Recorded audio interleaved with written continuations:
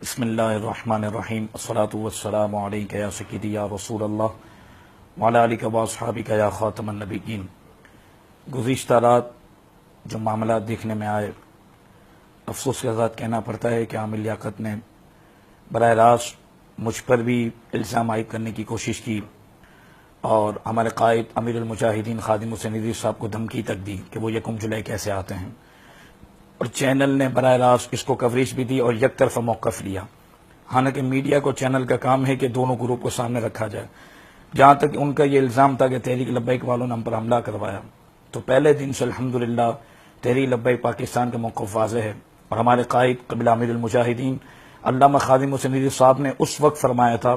جب وزراء پر اینٹ پھینکنے کے، جوتے مارنے کے معاملات ہوئے، آپ نے فرمایا تھا کہ ہم نے اپنے کارکنان کی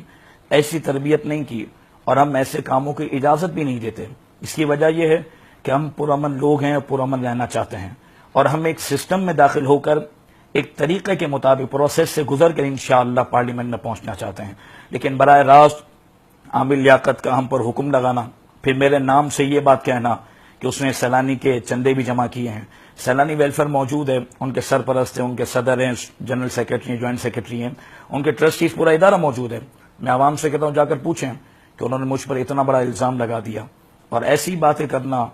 ہم اس کو غیر مناسب سمجھتے ہیں۔ ہم خود اس بات کو کہتے ہیں کہ جتنی سیاسی پارٹیز موجود ہیں الیکشن کے میدان میں، سب اپنے اچھے طریقے سے، پرامن طریقے سے اپنی کمپین کو چلا، اور جس وقت یہ واقعہ ہوا، آپ یقین کریں اس وقت تو ویسے بھی ہمارے کارکنان میرے ساتھ ایک پروگرام کے اندر موجود تھے، وہاں حضرت حمزہ رضی اللہ عنہ کا پروگرام ہو رہا تھا، ہم تو ویسے ہی وہاں موجود تھے، ان کے تو قریب بھی موجود نہ تھے، پھر بھی ان کا علل اعلان الزام لگا دینا تحریک لبیک پر، مجھ پر، اور پھر ایسی دھمکیاں دینا کہ ہم علامہ خادم حسین ندوی کو گزرنے نہیں دیں گے، اور دنیا جانتی ہے میں کہاں سے آیا ہوں۔ تو کیا یہ بدماش تنظیموں کے ہمیں دھمکیاں دینا چاہتے ہیں؟ یہ رویہ میڈیا خود اس پر غور کرے، الیکشن کمیشن ان کا نوٹس لے کہ ان کی ایسی گفتگو کرنا جس میں دھمکیاں واضح ہوں، تو یہ تو پھر جمہوری سیاست نہ ہوئی۔ تو میں پھر واضح کرنا چاہتا ہوں کہ الحمدللہ ہماری پارٹی تو اس وقت پورے پاکستان میں حصہ لے رہی ہے، 700 سے زیادہ